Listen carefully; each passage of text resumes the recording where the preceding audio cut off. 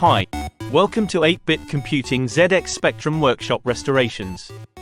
In this episode, you'll learn how to restore a ZX Spectrum Plus polystyrene insert.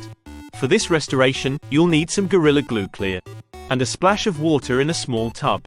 Mix well until the mixture turns white like whipped cream.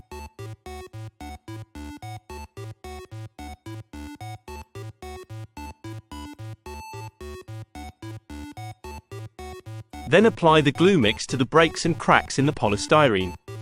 For larger areas, you can insert toothpicks to strengthen the repair.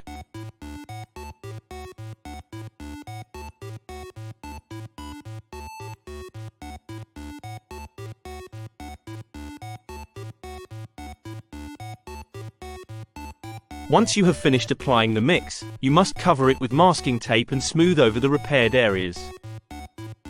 You will need to leave it for 24 hours to dry. The last thing to do is to remove the masking tape. The polystyrene restoration process is completed.